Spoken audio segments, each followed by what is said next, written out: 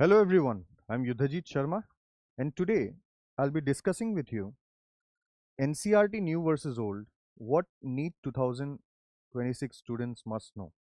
तो देखो केमिस्ट्री के लिए हम लोग बात करेंगे कि बेसिकली केमिस्ट्री में हमारे न्यू एनसीईआरटी और ओल्ड एनसीईआरटी में like what are the changes और उससे आपके एग्जाम के पॉइंट ऑफ व्यू से आप उसको कैसे मतलब यूटिलाइज कर सकते हैं, ठीक है, या आपको क्या चीज़ जानना चाहिए एटलीस्ट।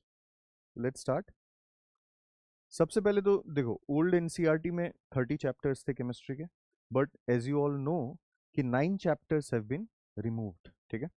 तो 9 चैप्टर्स हैव बीन रिमूव्ड, इसलिए आप देख सकते हैं कि यहाँ पे ओल्ड सिलेबस में 30 चैप्टर्स और न्यू सिलेबस में जो है हमारे पास 21 चैप्टर्स हैं, ठीक है। तो ये तो चैप्टर्स का, क्योंकि कुछ डिलीटेड चैप्टर्स जो मैं अभी बताने भी वाला हूँ कि already they have been removed, ठीक है। नेक्स्ट,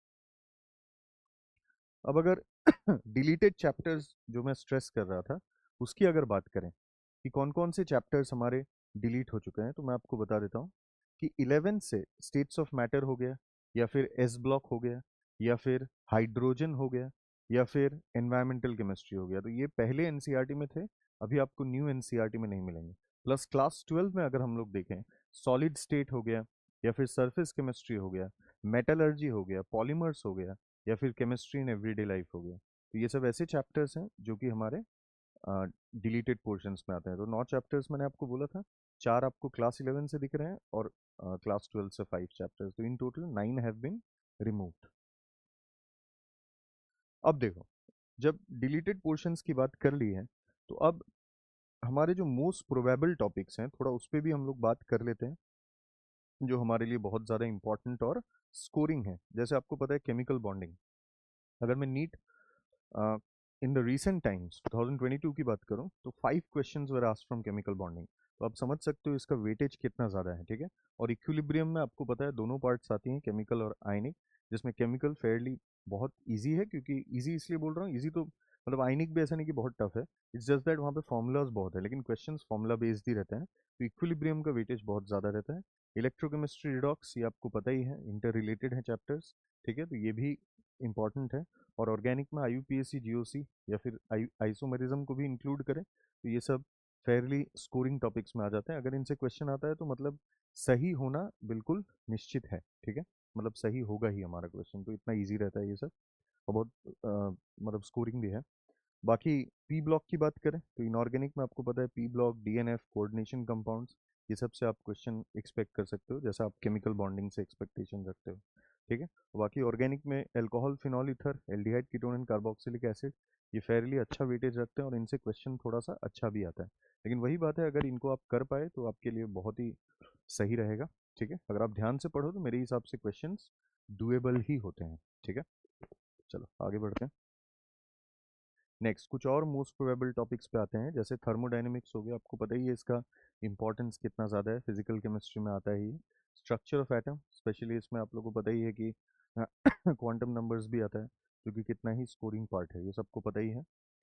हाइड्रोकार्बन्स ऑर्गेनिक में आ गया, सॉल्यूशंस, फिजिकल, प्रैक्टिकल केमिस्ट्री, ठीक है, केमिकल काइनेटिक्स, उसके बाद haloalkanes and haloarenes, ये सब ऐसे चैप्टर्स मैंने आपको बताए हैं जिनका वेटेज कंपेरेटिवली ज़्यादा रहता है, ये मोस्ट प्रोबेबल है। वैसे तो देखो यार, मेरा सजेशन तो ये रहेगा आपको हर चीज़ ही पढ़ना है, लेकिन न्यू एनसीईआरटी में क्योंकि अब रिड्यूस हो चुका है, ठीक है, क्लियर है सिलेबस, तो फेयरली नीट और जेई मेंस के लिए अगर हम लोग बात करें तो आपको एटलीस्ट ये सब ऐसे चैप्टर्स हैं जो कि बहुत अच्छे से पढ़ के जाना है। किसी से भी क्वेश्चन आ सकता है, लेकिन ये सब कुछ ज़्यादा इंपॉर्टेंट चैप्टर्स में आते हैं।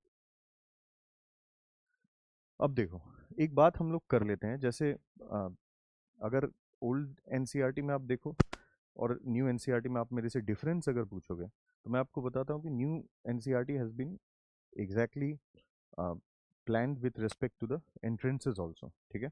और बाकी थोड़ा डीपर अंडरस्टैंडिंग के लिए ओल्ड एनसीईआरटी को आप रेफर कर सकते हो, ये दोनों में एक डिफरेंसेस आप मतलब देख सकते हो। बाकी न्यू एनसीईआरटी में जो करेक्शन की अगर मैं बात करूँ, जैसे ओल्ड एनसीईआरटी में बहुत ही माइन्यूट मिस्टेक्स थे, ठीक है, जिनको न्यू एनसीईआरटी में करेक्ट कर दिया गया है। जैसे दो इंस्टेंसेस मैं आपके सामने रखना चाहूँगा। पहला इंस्टेंस है ये, जैसे अगर ओल्ड एनसीईआरटी में आप स्ट्रक्चर ऑफ एटम में देखते हैं, ये जो अबव प्रिंसिपल हम लोग फॉलो करते हैं, उस हिसाब से आपको पता है 5p के बाद 6s आता है, ठीक है। यहाँ पे 5p के बाद 6s आप देख सकते हो, आपने पढ़ा होगा फिलिंग ऑफ इलेक्ट्रॉन्स। तो ये चीज़ ओल्ड एनसीईआरटी में नहीं था, ठीक है। तो 6s यहाँ पे उन्होंने मेंशन कर दिया है, ठीक है। तो ये एक करेक्शन है, बहुत माइन्यूट सा करेक्शन है, ठीक है, बट ये चीज़ मैंने आपके नोटिस में ला दिया। न्यू एनसीईआरटी में इट हैज़ बीन करेक्टेड। बाकी एक और चीज़, हाइड्रोकार्बन्स चैप्टर एल्केन्स में, ठीक है। मतलब हाइड्रोकार्बन्स आपको पता ही है, जैसे दो टाइप के, एलिफैटिक एरोमेटिक। तो जो एलिफैटिक वाला पार्ट है स्पेसिफिकली एल्केन्स की अगर हम लोग बात करें, तो एल्केन्स में अगर आप देखोगे यहाँ पे ये जो आपको दिख रहा है बॉइलिंग पॉइंट और मेल्टिंग पॉइंट का वैल्यू, हम लोग जानते हैं कि जैसे जैसे कार्बन एटम हम लोग बढ़ाएंगे, आपको पता है कि कार्बन एटम अगर हम लोग बढ़ाएंगे तो हमें पता है कि मोलर मास बढ़ेगा, और मोलर मास बढ़ने से आ, आपको पता है कि वैंडरवाल फोर्स बढ़ता है, और अगर वैंडरवाल फोर्स बढ़ेगा तो बॉइलिंग पॉइंट बढ़ता है। तो ये हमारे नॉलेज में रहता है कि अगर मोलर मास बढ़ाएंगे तो बॉइलिंग पॉइंट मेल्टिंग पॉइंट क्या होता है, बढ़ जाता है, ठीक है। तो यहाँ पे आप देख सकते हो इट इज़ करेक्ट, 447 615 243 309, क्योंकि हमने मोलर मास हमने बढ़ाया है, ठीक है। लेकिन यही चीज़ आप ओल्ड एनसीईआरटी में देखते हो तो थोड़ा सा एरर था ये लास्ट के टू वैल्यूज़ में, ठीक है। यहाँ पे न्यू एनसीईआरटी में ये चीज़ करेक्ट कर दिया गया है। तो मैंने वही एक आपको ये इन्फॉर्मेशन देने के लिए कि न्यू एनसीईआरटी और ओल्ड एनसीईआरटी में डिफरेंस क्या है, ये चीज़ मैंने आपको बता दिया है। तो इनको थोड़ा सा आप ध्यान रखिएगा, ठीक है। Thank you.